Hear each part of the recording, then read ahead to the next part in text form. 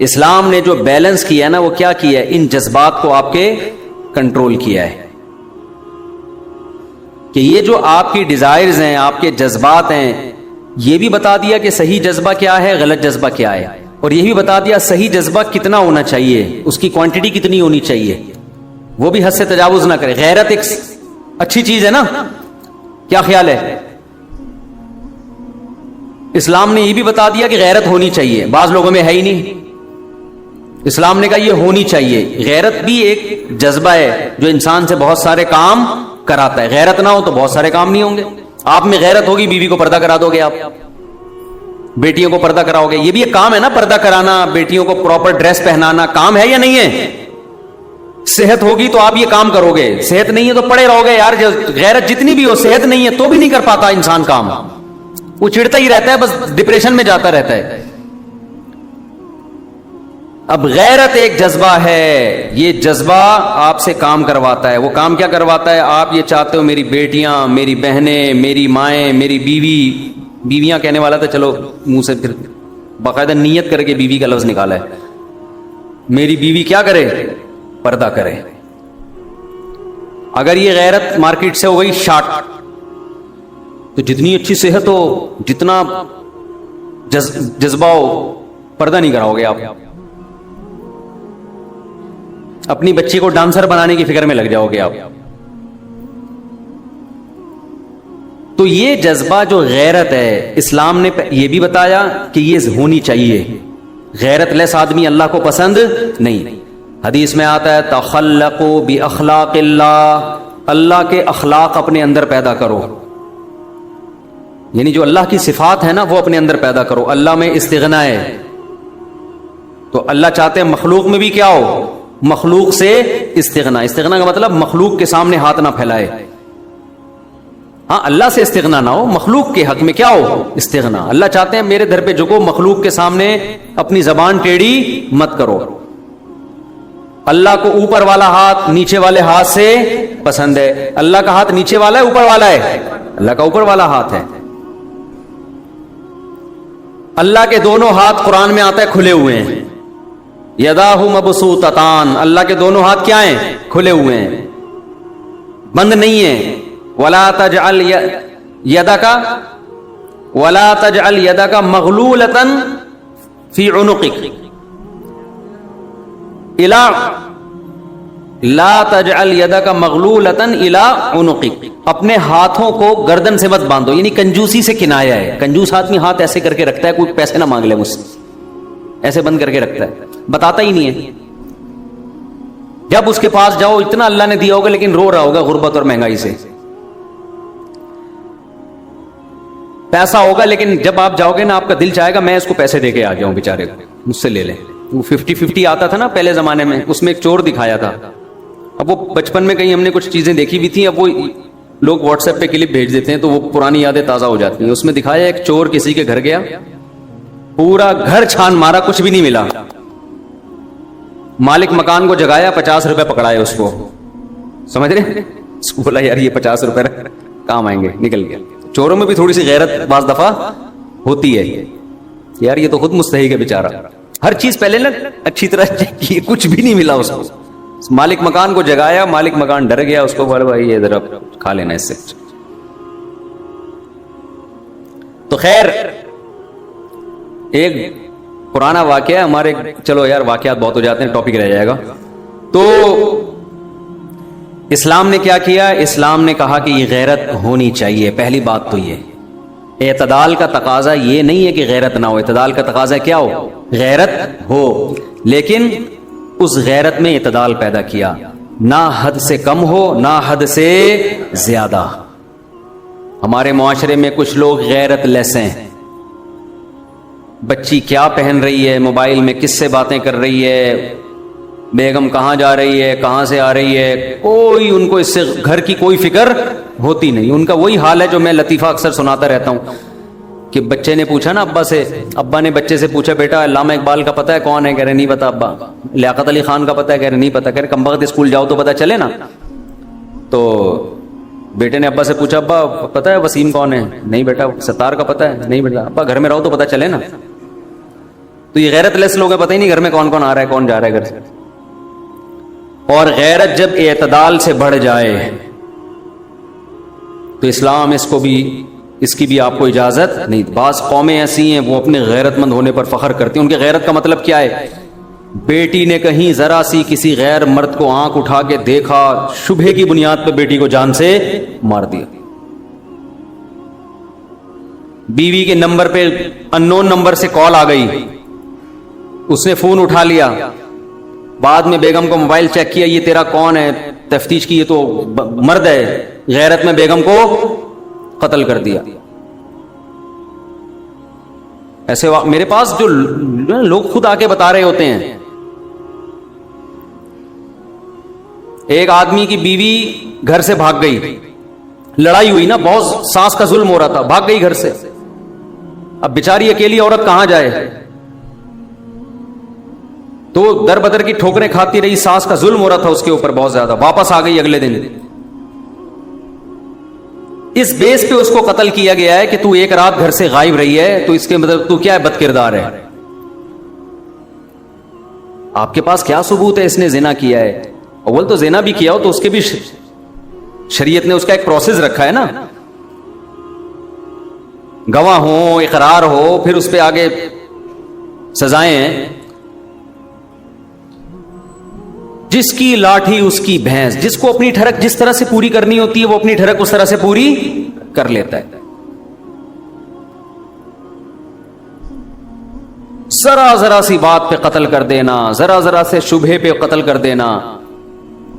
ایک صاحب نے بتایا کہ ان کے جاننے والوں میں ایک لڑکی کا کہیں افیئر چلا کسی بندے کے ساتھ، مرد کے ساتھ. کنواری لڑکی تھی، شادی کرنا چاہتی تھی. بھائیوں کو پتا چل گیا، حالانکہ کوئی فزیکل ریلیشن نہیں ہے، صرف یہ پتا چلا اس کا افیئر چل رہا ہے، اور اس بیس پہ دونوں کو گولی مار دی. میں نے ان سے کہا، جب میرے پاس اس طرح کے واقعات آتے ہیں نا، میں نے کہا کیا آپ نے اپنے گھر میں بہن بیٹی کو اس کی اجازت دی ہے؟ وہ براہ راست تو نہیں آئے، میں نے انہیں پیغام پہنچوانے کی کوشش کی کہ کیا آپ نے اپنی بہن بیٹی کو اس کی اجازت دی ہے کہ اگر اسے کوئی پسند ہو تو وہ کسی ذریعے سے اپنے باپ اور بھائی کو بتا سکتی ہو؟ یہ پرمیشن دی ہے اس کو؟ اسلام نے دی ہے نا پرمیشن. لڑکی اگر کہیں نکاح کرنا چاہتی ہے، اس کو شریعت نے حق دیا ہے. براہ راست باپ سے بات کرتے ہوئے شرم آ رہی ہے، ماں کے ذریعے کسی ذریعے سے باپ تک اپنی بات پہنچا دے. اور باپ کی ذمہ داری ہے کہ اس لڑکے میں اگر کوئی بڑی خرابی نہیں ہے، کچھ چرسی ہیروئنچی ٹائپ کا آدمی نہیں ہے، تو بیٹی کی اس خواہش کو کیا کرے؟ پورا کرے. باپ اگر اتنا بڑا ظرف ہے، اس کے بعد بھی بیٹی گھر سے بھاگتی ہے، قتل تو پھر بھی نہیں بنتا، لیکن سمجھ میں آتا ہے غصے کا اظہار کرنا. جن گھروں میں بیٹیوں کے گلے گھونٹے ہوئے ہیں آپ نے، اس کو یہ رائٹ ہی نہیں دے رہے کہ وہ اپنی مرضی سے کہیں اپنی رضا کا اظہار کر سکتی ہے، اور اس کو آپ غیرت کا مسئلہ بناتے ہو، اور پھر وہ گھر سے بھاگتی ہے تو آپ اس کو قتل کر دیتے ہو. تو یہ وہ والی غیرت نہیں ہے جو اسلام نے بتائی ہے، یہ آپ کی اپنی غیرت ہے جس پہ آپ کو قیامت کے دن سزا ملے گی. سمجھ میں نہیں آ رہی میرا خیال ہے بات. بیٹی کہیں اگر یہ تذکرہ کر دے، یا بہن تذکرہ کر دے بھائی سے یا باپ سے، کسی ذریعے سے کر دے کہ بھئی میں فلاں جگہ نکاح کرنا چاہتی ہوں، اور باپ کو ایک دم جوش آ گیا نا، رگیں پھولنا شروع ہو گئی غیرت میں، اس کا مطلب یہ پرلے درجے کا بے غیرت ہے. یہ غیرت کے نام پہ لوگوں کو کیا کر رہا ہے؟ اپنے آپ کو بھی الو بنا رہا ہے، لوگوں کو بھی الو بنا رہا ہے. تم غیرت میں پیغمبر صلی اللہ علیہ وسلم سے آگے نکلنے کی کوشش کر رہے ہو. بھائی نبی سے بڑا کون غیرت مند ہو سکتا ہے؟ ایک طرف گھروں میں اتنی آزادی ہے کہ بیٹی پرس اٹھا کے بوائے فرینڈ کے ساتھ گھوم رہی ہے، باپ خود کہہ رہے ہیں، ماں باپ خود کہہ رہے ہیں وہ منگیتر ہے تمہارا، اس شادیوں میں اس کے ساتھ جا کے بیٹھو. او بھائی وہ ابھی منگیتر ہے، وہ اس کے میاں تھوڑی ہے، ہو سکتا ہے بعد میں شادی سے انکار کر دے. اور ایک طرف غیرت کا پارا یہاں تک چڑھا ہوا ہے کہ وہ کہیں نکاح کرنا چاہتی ہے تو اس کو یہ اتھارٹی نہیں ہے کہ وہ اپنے گھر میں بتا دے کہ میں فلاں جگہ نکاح کرنا چاہتی ہوں. اس پہ ماں باپ کو ایک دم کیا آ جاتی ہے؟ غیرت. نبی صلی اللہ علیہ وسلم نے فرمایا تم میں یعنی انسانوں میں سب سے زیادہ غیرت مند میں ہوں اور مجھ سے بھی زیادہ غیرت مند اللہ ہے. اللہ کے بعد سب سے زیادہ غیرت کس میں ہے؟ نبی صلی اللہ علیہ وسلم میں. ہمارے نبی کی مجلس میں ایسا ہوا ہے کہ عورت نے نکاح کی پیشکش کی, نبی نے اس کو غیرت کا مسئلہ نہیں بنایا. عثمان ابن مظعون رضی اللہ تعالیٰ عنہ کا مشہور واقعہ ہے کہ ایک نو عمر لڑکی تھی, نو عمر کم عمر بچی تھی, اس کا نکاح حضرت مغیرہ ابن شعبہ رضی اللہ تعالیٰ عنہ سے لڑکی کے ولی نے کیا. حضرت مغیرہ ابن شعبہ بہت مالدار تھے. لڑکی پسند کر رہی تھی غریب صحابی کو. نبی صلی اللہ علیہ وسلم کو جب پتا چلا کہ لڑکی اس غریب سے نکاح کرنا چاہتی ہے, مالدار سے نکاح نہیں کرنا چاہتی, آپ نے حضرت مغیرہ بن شعبہ والا نکاح ختم کرایا اور اس لڑکی کا وہاں نکاح کیا جہاں وہ نکاح کرنا چاہتی ہے. نبی نے یہ تو نہیں کہا غیرت مدینہ میں یہ کام ہو رہا ہے کہ اتنی کم عمر لڑکی خود کہہ رہی ہے کہ میرے وہاں نکاح کرنا ہے. ہمارا معاشرہ اعتدال پر بالکل بھی نہیں. بے غیرتی کا لیول دیکھو ماشاءاللہ, گھر سے صوفہ ہی نکال دیتے ہیں بے غیرتی. غیرت میں جب وہ سنا ہے نا, سناتا رہتا ہوں میں, ایسے ایسے بے غیرت ہے کہ ایک اپنی بیٹی کو کہیں دیکھ لیا کہیں پارک میں کسی کے ساتھ تو غصہ آ گیا نا, بولا اس دفعہ چھوڑ دیا اگلی دفعہ دیکھوں گا میں. غصہ آ گیا بھائی غیرت. پھر دوبارہ دیکھا تو پھر بہت غصہ آیا. ایک آپ بندہ اپنے بارے میں بتا رہا تھا کہ میں نے اپنی بیٹی کو دیکھا پارک میں کسی کے ساتھ بیٹھی, مجھے بہت غیرت آ گئی, غصہ آ گیا. اس نے کہا کیا کیا؟ کہہ رہا میں نے کہا اس دفعہ تو چھوڑ دیا اگلی دفعہ دیکھوں گا. اس دفعہ تو چھوڑ دیا بیٹا, اگلی دفعہ نہیں چھوڑوں گا. کہہ رہے ہوتے ہوتے کئی دفعہ ایسا ہوا, پھر میں نے ایک دن اپنے گھر میں دیکھا صوفے پہ قابل اعتراض حالت میں بوائے فرینڈ کے ساتھ بیٹھی ہوئی. اب تو میں نے کہا نہیں چھوڑوں گا. وہ نے کہا کیا کیا تو نے؟ کہہ رہا میں نے گھر سے صوفہ ہی نکال دیا, نہ صوفہ رہے گا نہ بیٹھنے کی جگہ رہے گی. ایک طرف بے غیرتی یہاں تک پہنچی ہوئی ہے, سمجھ رہے ہیں بے غیرتی کا لیول. اور ہماری سوسائٹی میں ایسے غیرت مند لوگ بھی ہیں, بیٹیوں کی عمریں بڑھ گئی ہیں, اپنی خاندانی روایات اور اپنے جو ہے نا لالچ میں. بعض دفعہ کہیں لڑکے نے کوئی لالچ دی ہوئی ہوتی ہے, بعض دفعہ کوئی اور مفاد ہوتے ہیں. خاندانی پرمپرا ہے جی, ہم میمن ہیں تو میمنوں میں ہی کرنی ہے, ہم پٹھان ہیں تو پٹھانوں میں کرنی ہے, ہم پنجابی ہیں تو پنجابیوں میں کرنی ہے, مہاجر ہیں تو مہاجروں میں کرنی ہے. وہاں کرنی ہے جہاں بیٹی چاہتی ہے.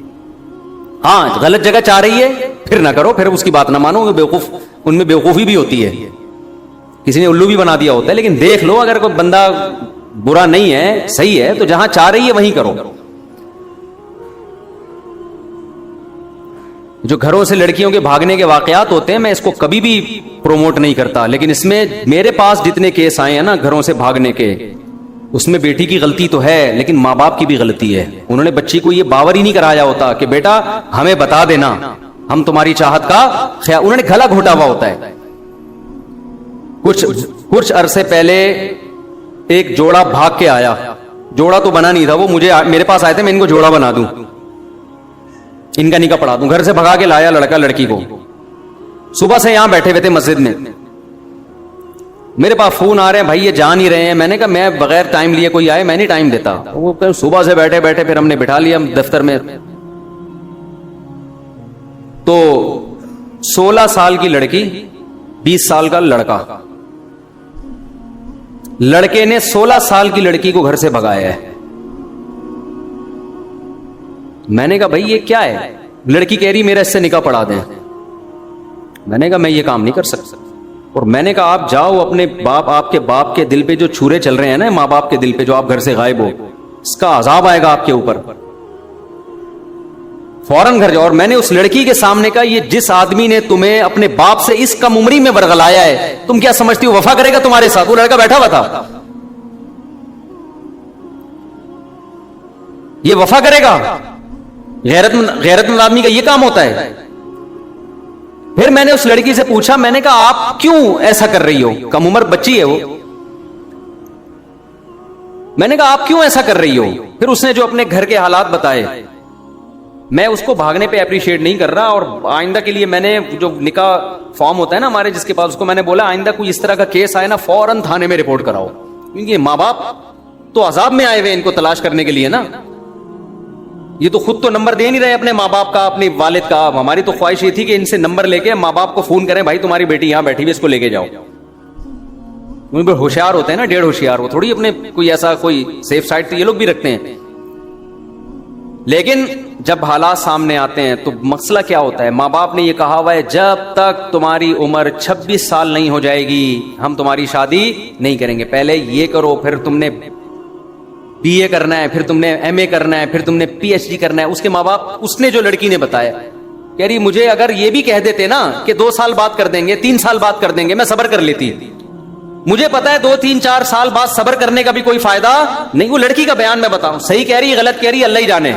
اس لڑکی کی یہ سٹیٹمنٹ ہے, وہ اگر غلط بھی کہہ رہی ہے لیکن ہوتا ایسے بھی ہے.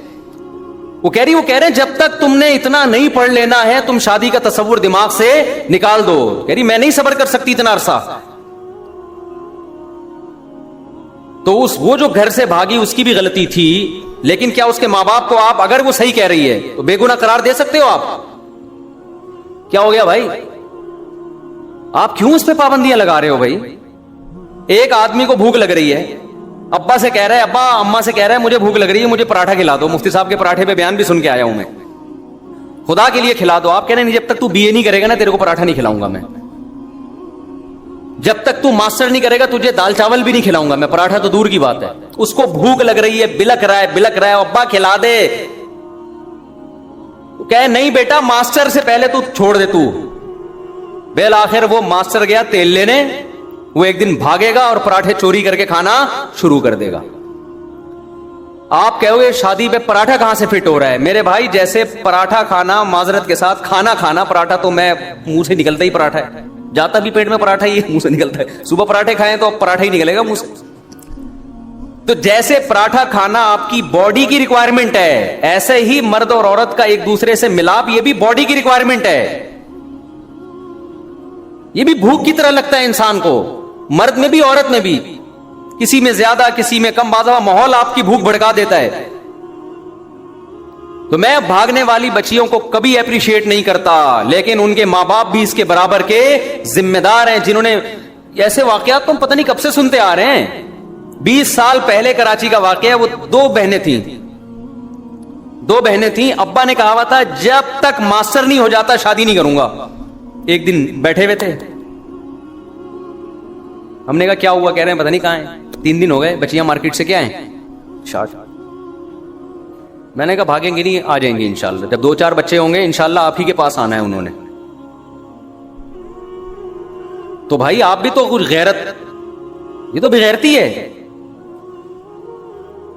تو غیرت میں بھی اعتدال, جو اصل بتانا چاہتا ہوں میں, وہ اعتدال کیا ہے؟ جذبات ہے نا, صحت, اور دوسری چیز کیا ہے؟ انسان کی ڈیزائرز, انسان کے جذبات, انسان کے اندر جو خلق اللہ نے رکھا ہے, وہ اخلاق بھی انسان سے کام کرواتے ہیں. لیکن ان اخلاق میں, ان جذبات میں بیلنس کیا ہے؟ ضروری. اگر وہ کنٹرول سے باہر ہو گئے تو الٹے کام زیادہ کروائیں گے, سیدھے کم کروائیں. جذبات ہی ختم ہو گئے تو کام ہی نہیں ہوگا, اور اگر ضرورت سے زیادہ بڑھ گئے تو کام سیدھا ہونے کے بجائے الٹے ہونا شروع ہو جائیں گے. تو یہ ٹاپک بڑا لمبا ہے, اور بہت سارے انسان میں جذبات ہیں جو انسان کو کام کرواتے ہیں. پھر انشاءاللہ اس کو لے کے چلتے رہیں گے, ہمیں کوئی جلدی تو ہے نہیں. ویسے بھی امام مہدی جب آ جائیں گے تو سارے بیانات ہمارے ویسے ہی ختم ہو جائیں گے. کیا خیال ہے؟ جب حضرت عیسیٰ علیہ السلام آئیں گے, ہمارے فرمایا کرتے تھے بس حضرت عیسیٰ آ گئے تو بس سارے بیان ختم. پھر تو سب نے حضرت عیسیٰ کے ساتھ مل کے شادیاں کرنی ہیں, جہاد کرنا ہے. ٹھیک ہے, شادیاں بھی کرنی ہے, جہاد بھی کرنا ہے, تو وہ تو پھر سارا مسئلہ ہی ختم ہو جائے گا. اس لیے جلدی نہیں ہے. تو آپ یہ کہتے ہیں ٹاپک کمپلیٹ نہیں ہوا, تو کیا آپ نے کون سا کوئی ایم اے کے پیپر کی تیاری کرنی ہے جو میں لیکچر کمپلیٹ کر دوں تاکہ. اور کراچی میں الحمدللہ تیاری کی بالکل بھی ضرورت نہیں ہے. میں پنجاب میں تھا, ایک صاحب لڑکا مجھ سے ملا, ابھی میں سیلاب زدگان کی مدد کے لیے گیا ہوا تھا نا, تو ایک لڑکا ملا, کراچی کا لڑکا تھا. میں کراچی کا ہوں ماشاءاللہ. میں نے کہا کیسے؟ کہہ رہے مجھ صاحب میرا آج پیپر ہے, دعا کریں نا. بی اے کا پیپر ہے, کل بھی تھا, 3 دن پہلے بھی تھا, بس دعا کریں پیپر اچھا ہو جائے. تو میں نے دعا کر دی. ایک دم پھر میرا ماتھا ٹھنکا. میں نے کہا تو بندہ کراچی کا ہے, بی اے کا پیپر آج ہے, تو دعا تو میں کر رہا ہوں, لیکن یہ پیپر کہاں دے رہے؟ کراچی کے پیپر کیا پنجاب میں ہو رہے ہیں؟ کہہ رہے نہیں وہ تو میرا کزن دے رہا ہے جا کے پیپر. یہ ہو رہا ہے ماشاءاللہ کراچی میں. پنجاب والوں سے کہتا ہوں کراچی آ جاؤ, یہاں پی ایچ ڈی بھی کر لو گے آپ, یہاں وہ کچھ سیاست میں ٹاپ کرو گے، جتنے کرپٹ ہوگے اتنا سیاست میں اوپر جاؤ گے. سیاست کا حصہ ہے. زبانوں پہ کیا کرو؟ کنٹرول. زبان پہ کنٹرول کرو. زبان سے نہ کسی کی مخالفت میں حد سے آگے نکلو، نہ کسی کی حمایت میں حد سے آگے نکلو. کنٹرول.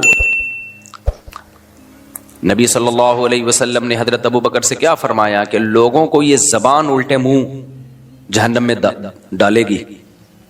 یہ زبان ہے جو اوندھے منہ جہنم میں ڈالے گی لوگوں کو. اعتدال سے بھائی. دوسرا، جو لوگ میمز بناتے ہیں، اس طرح کی میمز بناتے ہیں جس میں کسی بھی سیاسی لیڈر کو بندر یا کتے کی شکل میں دکھایا جا رہا ہے، یہ اخلاق سے گری ہوئی حرکت ہے. یہ اس کی علامت ہے کہ آپ اخلاقیات کی ساری حدود کو توڑ چکے ہو. یہ غلط ہے.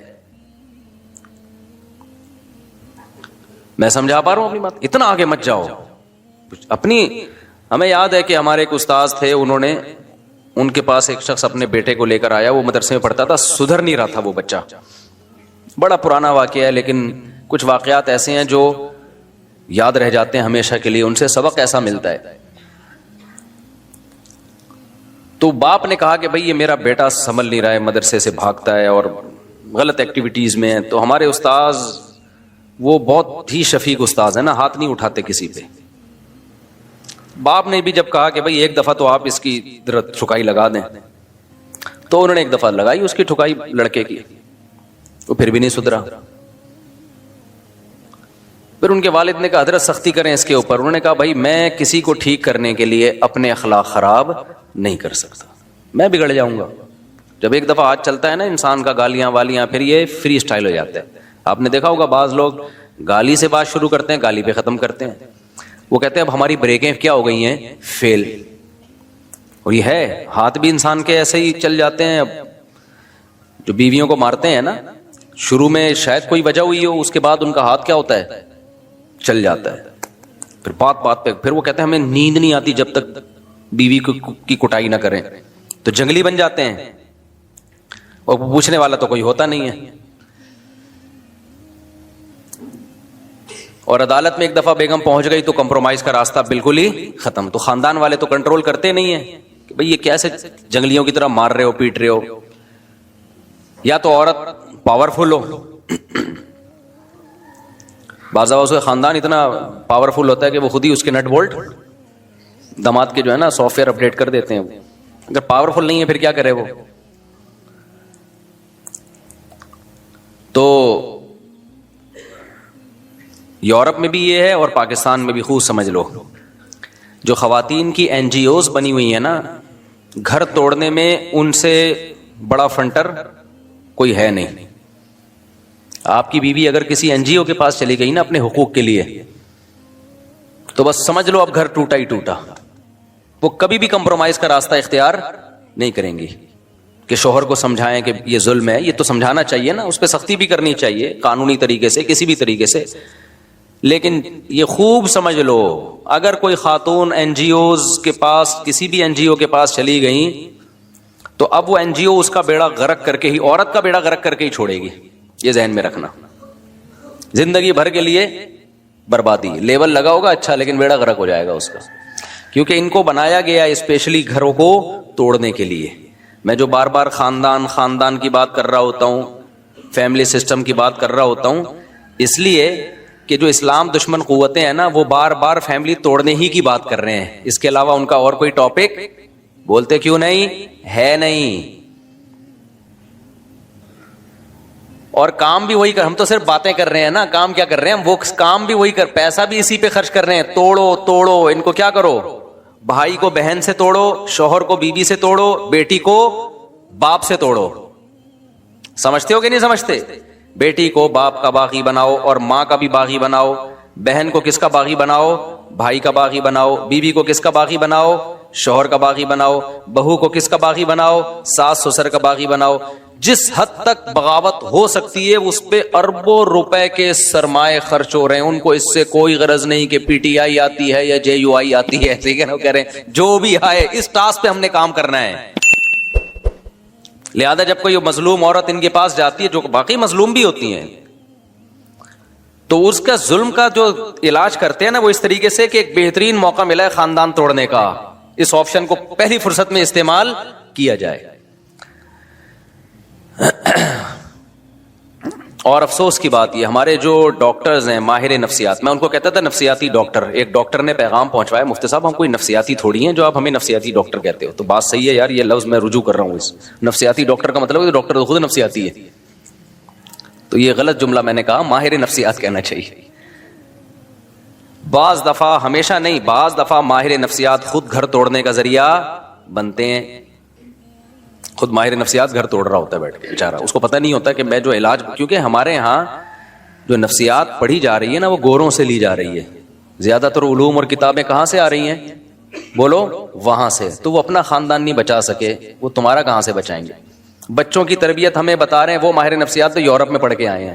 کیا ہو گیا تم لوگوں کو خدا کے لیے, مجھے تو رونے کا دل کرتا ہے. لوگ بڑے, ایسی خواتین بھی آ رہی ہیں, ایسے مرد بھی آ رہے ہیں ٹک ٹاک پہ, فیس بک پہ, آپ کو بچوں کی تربیت بتا رہے ہیں. ایکچولی بچوں کی سیلف ریسپیکٹ, ایکچولی آپ بچے کو, میں نے ایک دفعہ ڈانٹا تھا تو سہم گیا تھا, تو میں نے کہا no problem, it is okay, اس طرح کر کے. اس سے تو بچے کی ویسی ایسی کی تیسی ہو جائے گی. ان لوگوں کے بچے ہوتے کہاں ہیں جو ان سے آپ تربیت کا پوچھ رہے ہو. ایک آدھ بچہ کیا ہے, یہ تو ویسی غریبی میں پل جائے. کہ بچے کہاں ہیں ان لوگوں, بچے تو ہم لوگ کے ہیں الحمدللہ.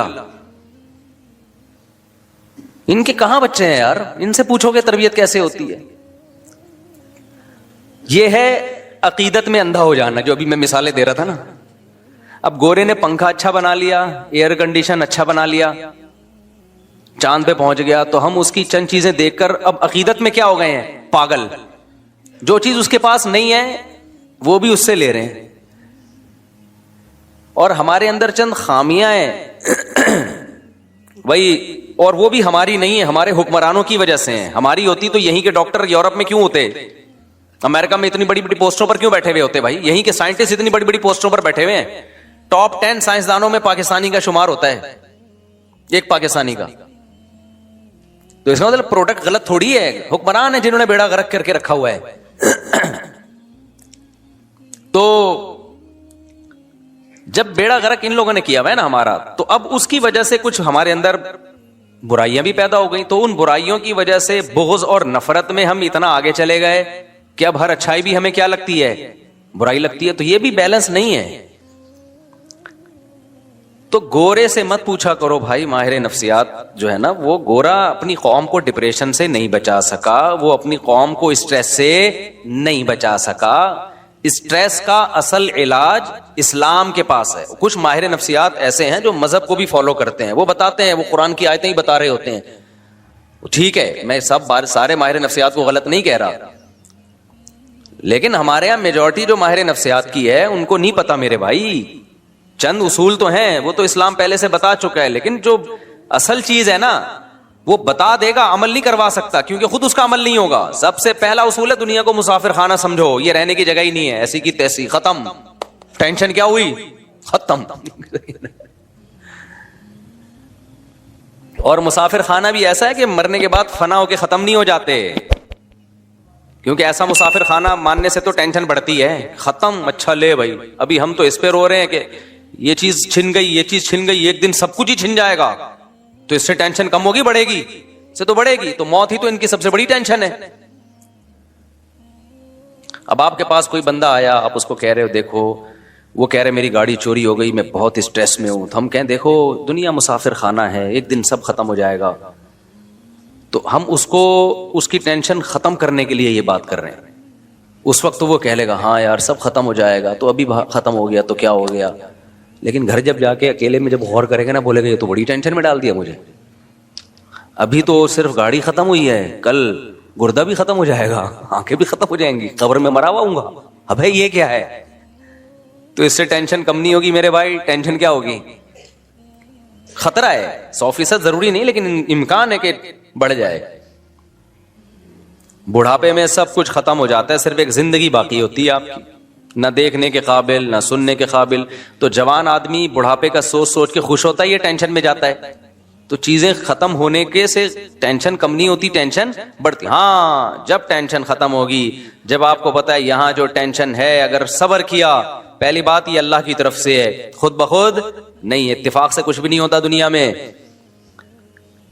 یہ اللہ کی طرف سے, اور آگے اس کا بدلہ ملنے والا ہے. یعقوب علیہ السلام سے زیادہ کس کی ٹینشن ہو سکتی ہے؟ بچہ گم گیا, لیکن کیا فرماتے ہیں؟ اعلم من اللہ, میں اللہ کے بارے میں وہ جانتا ہوں جو تم نہیں جانتے. اللہ سے امیدیں بھی لگائی ہوئی ہیں, ساری زندگی روتے روتے گزری, مگر ایک تسلی بھی ہے. رونا غیر اختیاری چیز ہے, اس پہ تو کوئی پابندی نہیں لگا سکتا, بلکہ ماہر نفسیات تو کہتے ہیں کہ رونا بہتر ہے نہ رونے سے. نہ رونا اس کی علامت ہے آپ شوق میں گئے ہوئے, پتہ نہیں کھوپڑی کام بھی کر رہی ہے کہ نہیں کر رہی ہے. رونا تو اس کی علامت ہے پورے 14 طبق آپ کے ابھی صحیح ہیں, سیٹنگ پہ چل رہے ہو آپ. غم کی بات پہ رونا آ رہا ہے, خوشی کی بات پہ خوشی ہو رہی ہے. بعض لوگ ایسے بیوقوف ہوتے ہیں نا, لطیفے پہ ہنستے ہیں, یہاں بیٹھے ہوتے ہیں میرے سامنے نا, اتنا اچھا لطیفہ سناتا ہوں پھر بھی یوں کر کے بیٹھے ہوئے. تو مجھے غصہ آ رہا ہوتا ہے یار یہ بندہ ہے کیا ہے. نارمل آدمی خوشی کی بات پہ خوش ہوگا, غم کی بات پہ کیا ہوگا, اس کو غم ہوگا, رو کے اظہار بھی ہوگا اس کے غم کا. تو یہ تو حصہ ہے زندگی. اس سے آگے جب معاملہ بڑھتا ہے تو وہ خراب ہو جاتا ہے معاملہ. وہ معاملہ کیا ہو جاتا ہے؟ خراب. تو یعقوب علیہ السلام کو کیسی تسلیاں تھیں.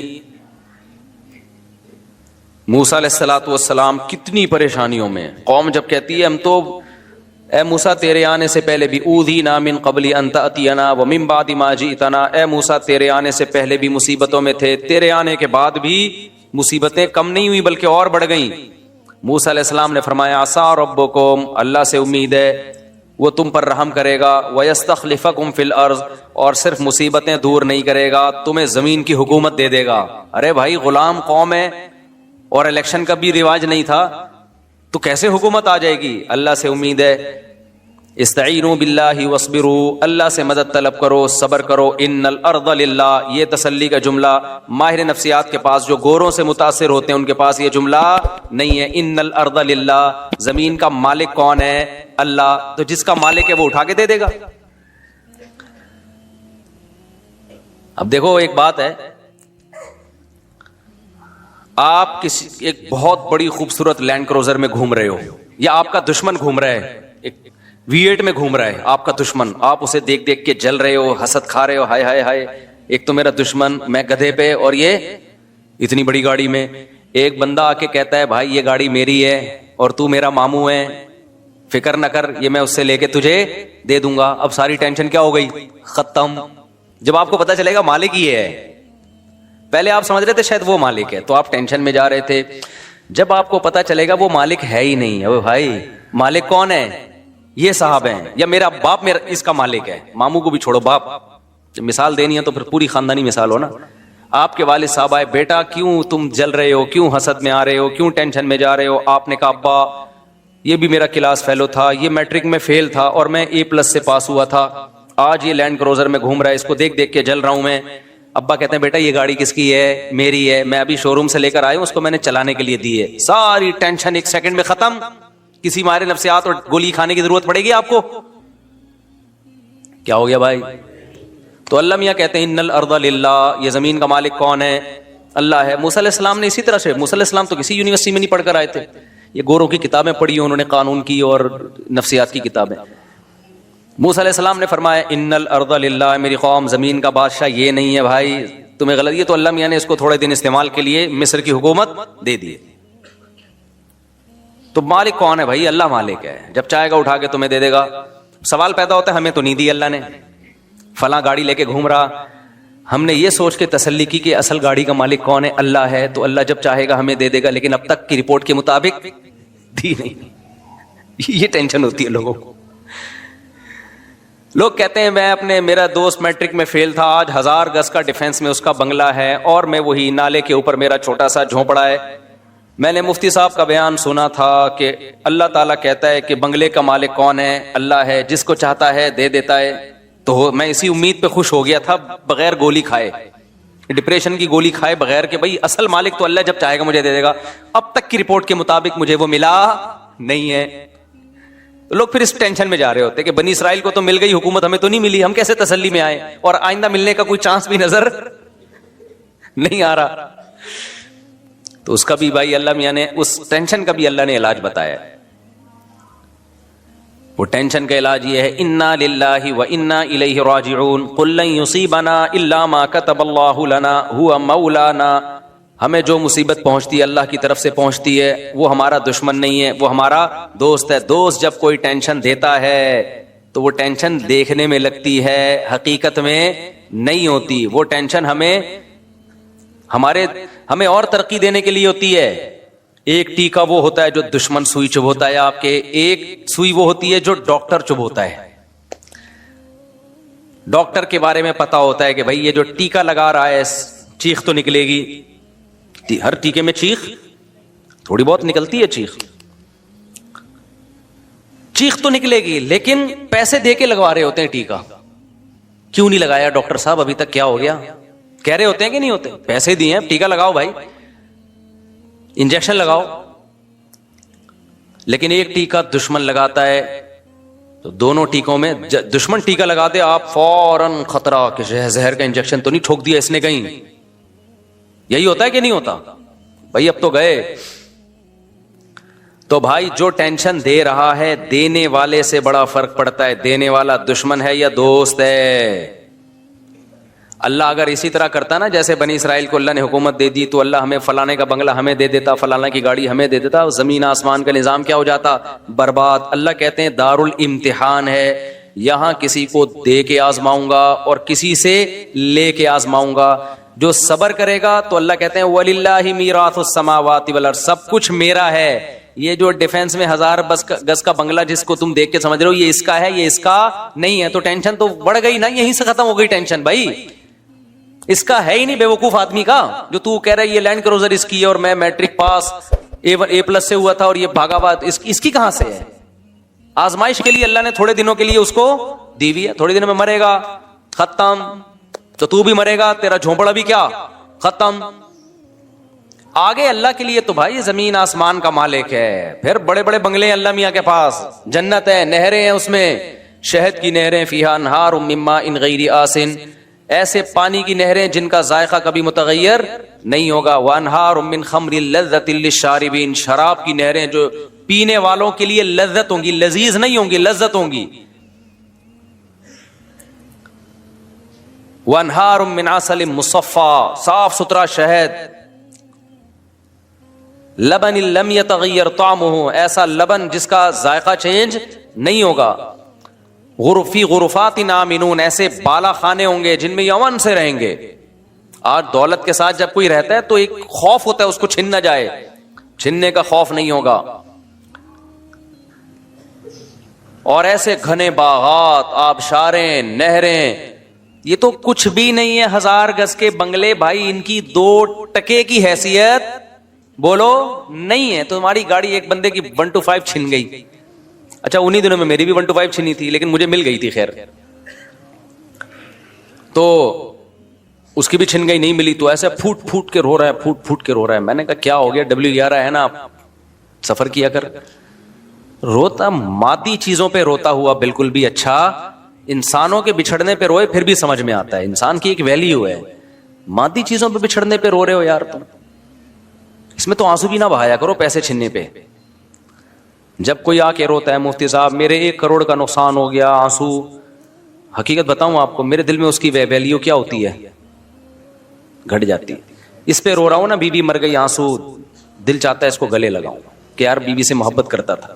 عورت رو رہی ہو یا باپ رو رہا ہو بیٹے کے بچھڑنے پہ, بھائی رو رہا ہو بھائی کے بچھڑنے پہ, تو انسان کی تو ایک کیا ہے, ایک ویلیو ہے نا. یہ تو انسانی فطرت ہے کہ اللہ نے انسانوں کو انسانوں میں پیدا کیا ہے, تو بچھڑنے پہ روتے ہیں. تو یہ قابل تعریف ہے یہ عمل.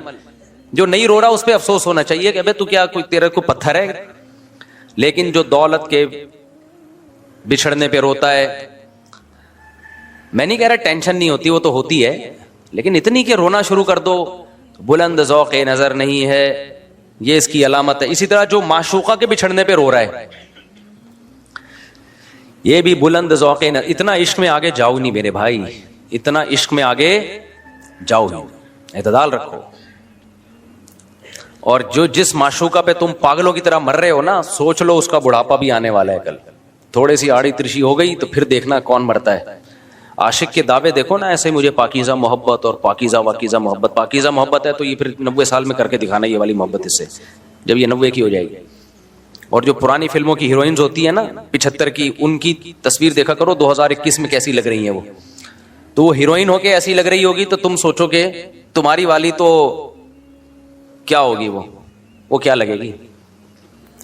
تو یہ ڈسٹیمپر ہوا ہے، تھوڑا سا کیا ہوا ہے، ڈسٹیمپر ہوا ہے. بس اس کے کہانیاں ہیں. اور تھوڑا سا ڈسٹیمپر اترنا شروع ہوا، اور اب تو میک اپ سے ہی اتنا ڈسٹیمپر ہو جاتا ہے پتہ ہی نہیں چلتا ہوتا سچی مچی والا کون سا ہے.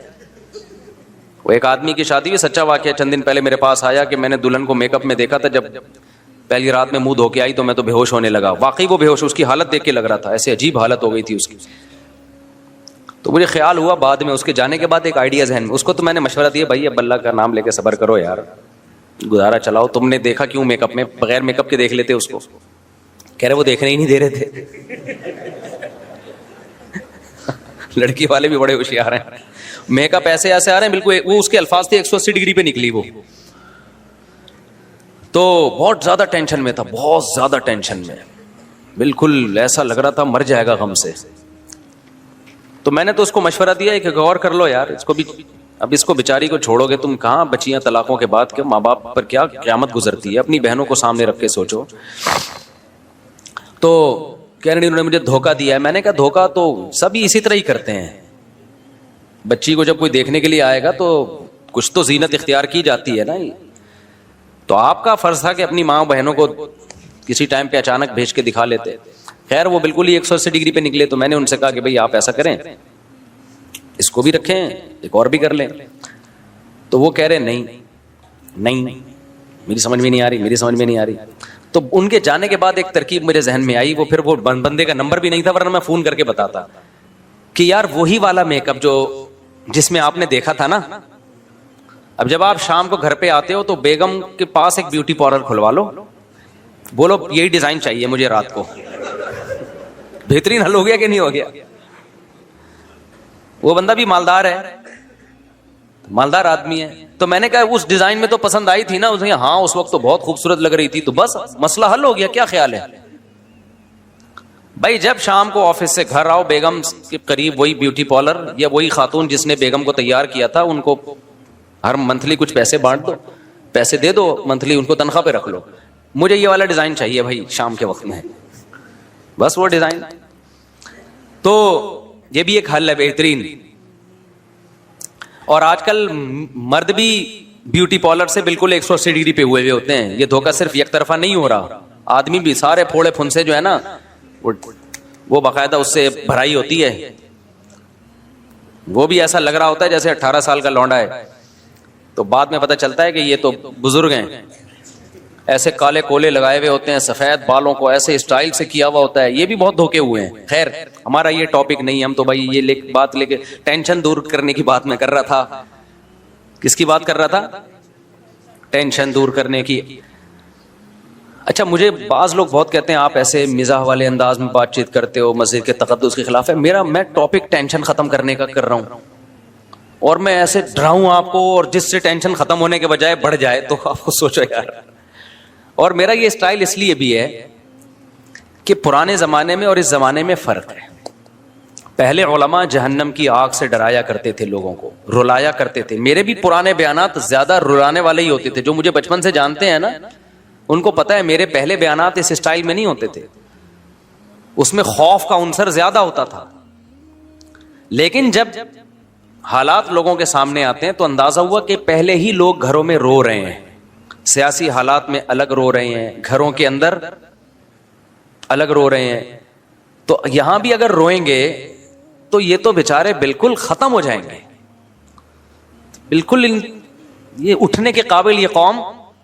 مولویوں سے بھی لوگ مسجدوں میں دور بھاگ رہے ہیں اسی وجہ سے. کہہ رہے ہیں وہ الگ ڈرا رہا ہوتا ہے، جب اخبار پڑھو تو وہ الگ ڈرا رہا ہوتا ہے، ملک ڈالر یہ ہونے والا ہے اور ایسے ہونے والا. ہو کچھ بھی نہیں رہا ہوتا کسی کے ساتھ.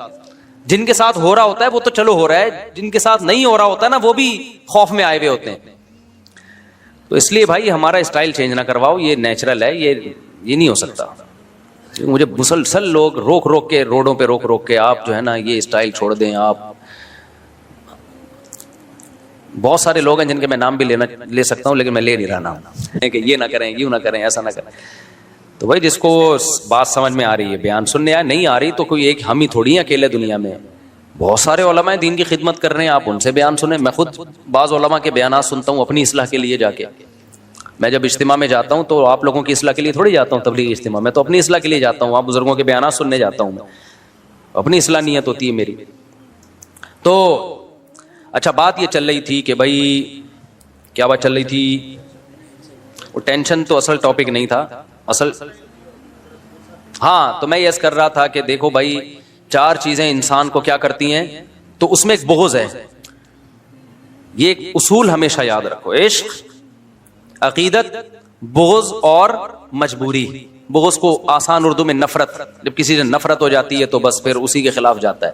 طلاقوں کے بعد ہوتا ہے. سیاست کی مثال تو سمجھ میں آ گئی نا, سیاسی مثالوں میں. اور ہم گوروں میں بھی ہر چیز کو گوروں کو سپورٹ کر رہے ہوتے ہیں کیونکہ ان کی عقیدت ہمارے دلوں میں بیٹھ گئی. اب ٹک ٹاک پہ, فیس بک پہ, یوٹیوب پہ وہ لوگ آ کے بچے تربیت کرنے کی نصیحت کر رہے ہوتے ہیں جن کے اپنے بچے ہیں ہی نہیں. ٹھیک ہے نا, ان کو کیا پتا بچے کیسے پالے جاتے ہیں. میجورٹی, سارے برے نہیں ہیں ان میں, وہ ہمیں سمجھا رہے ہوتے ہیں.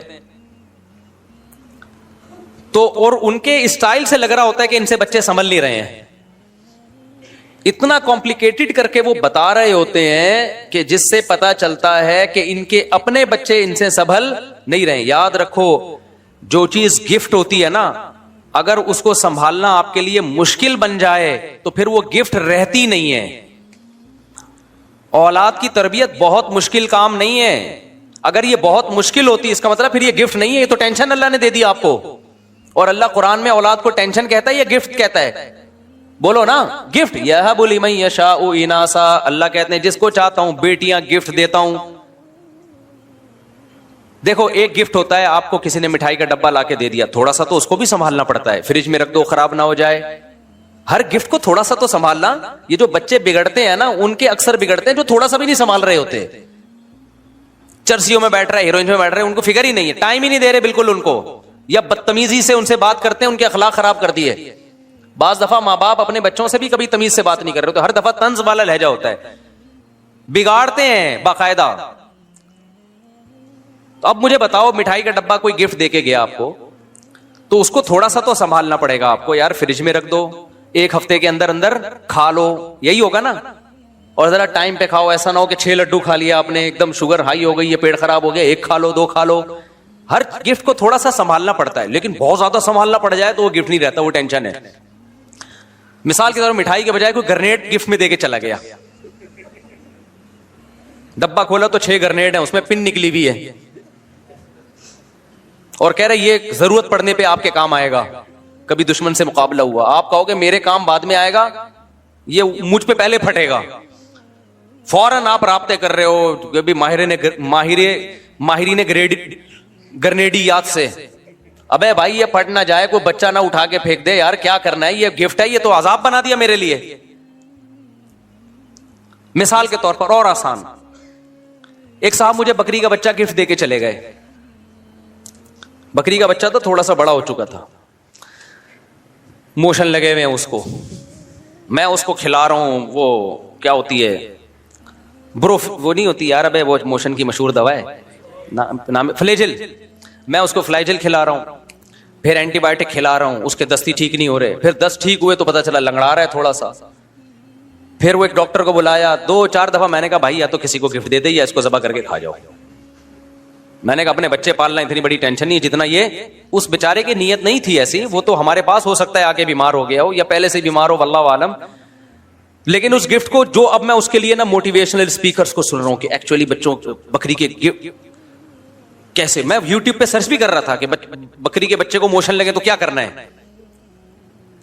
تو میں پھر ماہر جو ڈاکٹرز وہاں سے آئے ہیں ان سے میں گائیڈنس لے رہا ہوں کہ جی یہ بچے میں بیماری ہو جائے تو کیسے. اس کا مطلب بھائی یہ بچہ گفٹ نہیں ہے, یہ عذاب جان ہے, یہ کسی نے اپنی ٹینشن آپ کو پہنائی ہے. بعض دفعہ یہ ہوتا ہے کہ گفٹ کا لیبل ہوتا ہے لیکن ٹینشن آپ کو بولو پہنائی جا رہی ہوتی ہے کہ یار مفتی صاحب کو شوق ہے یہ بسم اللہ ہی اللہ اکبر پڑھ کے تو اللہ تعالیٰ نے اولاد کو گفٹ قرار دیا ہے. کیا قرار دیا ہے؟ اس کی تربیت کوئی بہت راکٹ سائنس کی ضرورت نہیں ہے, ورنہ یہ گفٹ نہیں ہے, یہ عذاب جان ہے. تبھی تو ان لوگوں نے راکٹ سائنس رکھا ہوا ہے اس کی تربیت میں نا, تبھی ان کے دو ہوتے ہیں, 2-3 کہ بہت مشکل کام ہے, اس کو بہت زیادہ مشکل ہے, تبھی اولاد کو بوجھ بھی سمجھتے ہیں. ایسا بالکل بھی نہیں ہے. چند چیزیں ہیں بچے کی تربیت میں, وہ کر لو, پھر غالب یہی ہے کہ انشاءاللہ نیک بچہ بنے گا. پھر بھی بگڑ جائے تو وہ تو 100% تو بھائی گارنٹی کسی کی بھی نہیں ہوتی. نوح علیہ السلام کا بچہ بھی تو بگڑ گیا تھا نا. تو چند چیزیں ہیں, وہ چند چیزیں کیا ہیں؟ بچے کو برے ماحول میں بیٹھنے, بولو ابھی بول لو نا یار, اس کی دوستیاں مت کر, اور دوستیاں زیادہ خراب ہوتی ہیں اسکولوں میں. بعض دفعہ اچھے اسکول میں بچہ بگڑ, یاد رکھو اسکولوں کا سسٹم نہ ہوتا نا تو سب نیک ہوتے. یہ تو میں لکھ کے دے دوں آپ کو. اسکول اور کالجز اگر نہ ہوتے تو ہم ایجوکیشن حاصل کرتے نہ کرتے, ٹھیک ہے ایجوکیشن میں بھی, لیکن نیک سب ہوتے. یہ ذہن میں رکھنا. ہمارے اسکولنگ سسٹم اور کالج اور یونیورسٹیوں کا جو سسٹم چل رہا ہے نا, وہ سسٹم نہیں ہے, وہ سسٹم ہے. تو بچوں کی تربیت کا مسئلہ بھی اتنا زیادہ اس کو کمپلیکیٹڈ نہیں بنائے, ورنہ یہ نعمت نہیں ہے. یہ کیا, تبھی تو ان سیکولر لوگوں کے 2-3 کہ ایکچولی پالنا بہت مشکل, ایکچولی صرف بچے پیدا ہی نہیں کرنے ہوتے, ایکچولی ایک بچے کو وہ چاہیے, وہ کیا کہتے ہیں, ہمیں تو وہ بھی نہیں پتا کیا چاہیے ان کو اتنی زیادہ. ہر بچے کو آپ کی جو ہے نا توجہ چاہیے, توجہ, پھر اتنی فل توجہ دے کے بھی وہ عجیب سا ممی ڈیڈی سا بن رہا ہوتا ہے. وہ توجہ چاہیے, ہم بھی مانتے ہیں, لیکن اس کی توجہ چاہیے, پتا ہے جتنی ماں باپ کی توجہ چاہیے اتنی ہی بہن بھائیوں کی توجہ چاہیے اس کو, جو کثرت سے ہوں کھیلنے کودنے کے لیے. بچے کو اگر بہن بھائی نہیں ملیں گے, وہ گلی محلے کے بچوں کے ساتھ کھیل کے سدھرے گا نہیں بلکہ بگڑے گا, وہ بگڑے گا. بہن بھائیوں میں اللہ نے یہ جذبہ رکھا ہے, خود جتنے بگڑے ہوئے ہوں کبھی بھی نہیں چاہیں گے کہ ہمارے بہن بھائی بھی خراب ہو جائیں. دوستوں میں اللہ نے یہ جذبہ رکھا ہے, اگر ایک چرس پیتا ہے وہ چاہے گا میرا دوست بھی چرس پیے, یہ فرق ہے. اور بچے کو بچے تو چاہیے لازمی, ورنہ وہ مینٹلی گروتھ نہیں کر پائے گا. اگر آپ اس کو بہن بھائی نہیں دیں گے آپس میں کھیل کود کے لیے, تو وہ کہاں دوستیاں لگائے گا؟ وہ محلے پڑوسوں میں دوستیاں لگائے گا. وہ کزن بھی خراب کرتے ہیں, ان میں بھی وہ بات نہیں ہوتی جو سگے بہن بھائیوں میں ہوتی ہے. بعض دفعہ ہومو سیکسولیٹی میں کزن کی وجہ سے لڑکا مبتلا ہو جاتا ہے. کزن خراب کرتا ہے اپنے کزن کو, کیونکہ محرم رشتہ نہیں ہے. سمجھتے ہو کہ نہیں سمجھتے؟ پھر بھی کزن باہر سے بہرحال بہتر ہوتے ہیں. کزن میرج کیوں جائز ہے؟ اس لیے کہ نامحرم ہے. وہ خود لڑکی اگر ہے تو اس کو بھی تو اپنے کزن سے بچانا ہوتا ہے. بعض دفعہ وہ اس کو غلط استعمال کر سکتا ہے. سب سے مقدس رشتہ ہے لڑکے اور بچے اور بچی کے لیے اس کے بہن بھائی, وہی آپ نے شارٹ کر دیے. تو کیا بچے کو بچے کی ضرورت ختم کر دو گے آپ؟ اس کی فطرت چینج کر دو گے؟ نہ نہ نہ, بچہ اس فطرت کو لے کے آیا ہے کہ اس کو بچے چاہیے, وہ نیچر ختم نہیں کر سکتے آپ. بہن بھائی آپ نے کنٹرول کر کے 2 کر دی, 1 کر دیا, تو نتیجہ کیا نکلے گا؟ وہ اپنی پیاس کہاں سے بجھائے گا؟ اڑوس پڑوس کے لونڈے لپاڑوں سے, جن میں ایک بھی خراب ہوگا تو آپ کے بچے کو خراب کرنے کی بولو کوشش کرے گا وہ. اور آگے جو سائیڈ افیکٹ ہیں بڑھاپا میں, جو بربادیاں, نہ بہویں ہوں گی, نہ داماد ہوں گے, نہ خاندانی برباد, تو آپ تنہائیاں تنہائیاں تنہائیاں. بچے مارتے پیٹتے بھی ہیں ایک دوسرے کو, وہ بھی ٹھیک ہے ان کے لیے, برداشت پیدا ہوتی ہے. اکلوتے کو تو آپ ساری اس کی چاہتیں پوری کرو گے آپ, تو لاڑ پیار میں بگڑے گا وہ. بھائی دیکھو, فوج کو تیار کیا جاتا ہے بارڈر پہ لڑنے کے لیے, تو فوجیوں کا ممی ڈیڈی بنایا جاتا ہے یا ٹھڈے مارے جاتے ہیں؟ اس سے میں نہیں کہہ رہا کہ اپنے بچوں کو ٹھڈے مارو آپ, کیونکہ آپ کو بارڈر پہ لڑنے کے لیے تھوڑی تیار کر رہے ہو ان کو. لیکن دنیا میں کیا ہمیشہ اس کو پھول ملیں گے؟ کانٹے اس کی زندگی میں کبھی نہیں آئیں گے. تو ان کانٹوں کے لیے کیا ٹریننگ کی ہے آپ نے؟ کیا دنیا میں کوئی ایسا شخص جس کی ساری چاہتیں پوری ہو رہی ہوں؟ بولو نا. کہیں چاہتے پوری ہوتی ہیں, کہیں کیا کرنا پڑتا ہے. تو چاہتے ساری پوری تھوڑی ہوں گی, زندگی میں مسائل بھی آئیں گے. اس مسائل سے نمٹنے کے لیے آپ نے کیا اس کو کیا ٹریننگ دی ہے؟ وہ بچپن سے ٹریننگ ہوتی ہے. جب بہن بھائی ایک دوسرے کو کوٹتے ہیں, شکایتیں لگاتے ہیں, شکایتی ٹٹو بنتے ہیں. آپ کو پتا ہے کہ میں تو تجربے کار ہوں یار. آپ اپنے بڑے بچے کو نماز پڑھا, ہو سکتا ہے سستی کرے, نہیں پڑھے گا. وہ چھوٹے کو ڈانٹ رہا ہوگا, ابو یہ نماز نہیں پڑھ رہا. ٹھیک ہے نا. اس سے اس کے ذہن میں یہ بات آتی ہے کہ نماز نہ پڑھنا برا عمل ہے, کل میں بھی یہ کام نہیں کروں گا تو میں بھی برا ہوں. یہ جذبہ اللہ نے رکھا ہے. میں آج اگر ممبر پہ بیٹھا ہوں نا تو میرے بڑے بھائی بہنوں کا بہت دخل ہے اس میں. نہ ہوتے تو میں نہیں, کچھ بھی نہیں بن پاتا, میں کچھ بھی نہیں ہوتا میں. تو لیکن چونکہ ہم عقیدت میں اندھے ہو گئے ہیں گورے کی, میں نے بتایا تھا نا اندھا پن, عقیدت میں اندھا ہو جانا. عقیدت انسان کو کیا کر دیتی ہے؟ اندھا. تو اب اندھے ہو گئے ہیں, تو اب تربیت کہاں سے لے رہے ہیں ہم؟ انگریزوں سے, جن کے اپنے بچے ہی نہیں ہیں, اور جو ہوتے ہیں وہ ابا کو اولڈ ہاؤس میں جمع کراتے ہیں. وہ تمہاری خاک تربیت کرے. اس کا مطلب تم وہ تربیتی پروگرام بچوں پہ فٹ کر رہے ہو کہ کل تمہارا بچہ تمہیں اولڈ ہاؤس میں جمع کرائے گا. اور اس کو وہ برا بھی نہیں سمجھتے. گورا تھوڑی اس کو برا سمجھتے ہے کہ میرے بچے نے مجھے اولڈ ہاؤس میں وہ کرا, میں نے اپنے ابا کو کرایا تھا تو اس نے بھی کرا دیا, تو کیا ہو گیا. یہ والی تربیت آئے گی سوسائٹی میں. سمجھتے ہو بات کو کہ نہیں؟ تو یہ بھی کیا ہے؟ عقیدت میں اندھا پن. ہاں اب بچوں کی بات ہے, یہ تھوڑی سی بات بتا دوں. پہلا کام یہ کرو کہ بچوں کو اگر اسکول میں پڑھ رہے ہیں دوستیاں لگانے بولو مت دو. دوستی اپنے بہن بھائیوں میں بس, دائیں بائیں جانے کی اجازت نہیں. شادی بیاہ میں لے کے جاتے ہو, مائیں اپنے بچوں کو اپنی ماں کے گھر لے کے جاتی ہیں تو وہاں کزنوں سے ان کو کھیلنے کودنے سے منع نہ کریں. رات کو سونے نہ دیں کزن کے ساتھ, قطعاً نہیں. میں نہیں کہہ رہا کزن سے بدگمان ہو, بھائی بستر کیا ہوگا دور. ماں کی, کیونکہ باپ ہر وقت گھروں میں تھوڑی غصہ ہوتا ہے. ماں کی ذمہ داری ہے یہ دیکھے میرا بچہ کسی بچے کے ساتھ, کزن کے ساتھ بھی سوئے گا. بولو نا, نہ نہیں سوئے گا. ہاتھ کا مذاق نہیں ہوگا, دور. اور اگر دیکھ رہی ہے کہ کوئی کزن گالیاں دے رہا ہے پھر بھائی دوستی ختم. تو دور رکھیں, اپنی نگرانی میں رکھیں بچوں کو. ایک کام تو یہ کرنا ہے. مولانا شیخ الحدیث مولانا زکریا رحمۃ اللہ علیہ فرماتے تھے کہ میرا بچہ نماز میں اگر شیخ الحدیث کہتے ہیں کہ میرے والد صاحب میری نگرانی کرتے تھے, میں نماز میں اگر کسی شخص کے ساتھ کھڑا ہوں, ظہر کی نماز میں, عصر میں بھی اگر اسی کے ساتھ کھڑا ہوا مل گیا تو ابا پوچھتے تھے یہ تمہارا کیا لگتا ہے کہ ظہر میں بھی اس کے ساتھ تھے اور عصر میں بھی اس کے ساتھ, یہ کیا لگتا ہے؟ تو بچوں کے لیے دوستیاں کیا ہیں بولو؟ خطرناک. اور یہ جب تک نہیں روک سکو گے جب تک اپنے بہن بھائی زیادہ نہ ہو, ورنہ وہ تنہائی کا شکار ہو جائے گا. دوسرا کام آپ نے کیا کرنا ہے, بچوں سے بات ہمیشہ تمیز سے کیا کرو. بدتمیزی والا لہجہ اختیار بولو نا. بچوں کو آپ اخلاق سکھانا چاہتے ہو تو بد اخلاقی سے بات چیت بچوں کے اخلاق کو خراب کر دیتی ہے. بعض دفعہ باپ کا یہ اسٹائل ہوتا ہے, بعض دفعہ ماں کا یہ اسٹائل ہوتا ہے. اندھا ہے, نظر نہیں آ رہا, ماں نے کوئی چیز منگوائی نا, بیٹا کنگھا لے کے آؤ, اب وہ نہیں مل رہا اس کو, یہ پڑا ہوا ہے, اندھا ہے, نظر نہیں آ رہا.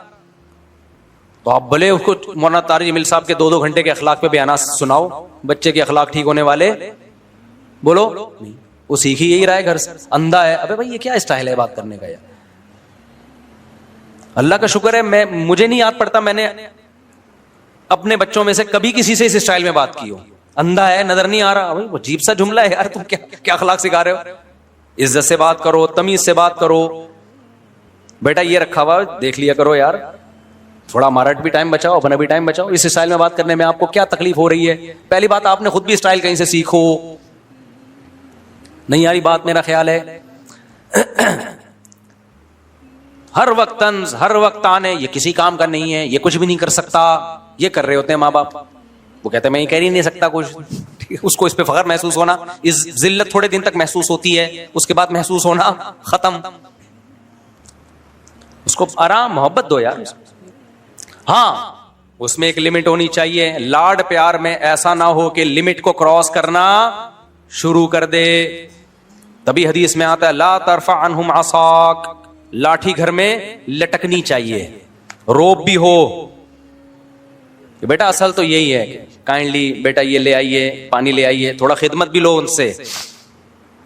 گدھا نہیں بنا کے رکھو لیکن ان سے خدمت گھر میں بیٹھے ہوئے ہو, اپنے بچوں سے بولو بیٹا پانی لے کر آؤ, اتنا زیادہ ان کو رسپیکٹ دینا کہ اپنا باپ بنا کے رکھ لینا, اس سے بچہ کیا ہوگا, بگڑے گا. تمیز, الفاظ تمیز کیوں, بیٹا ذرا پانی لے آؤ, ابے پانی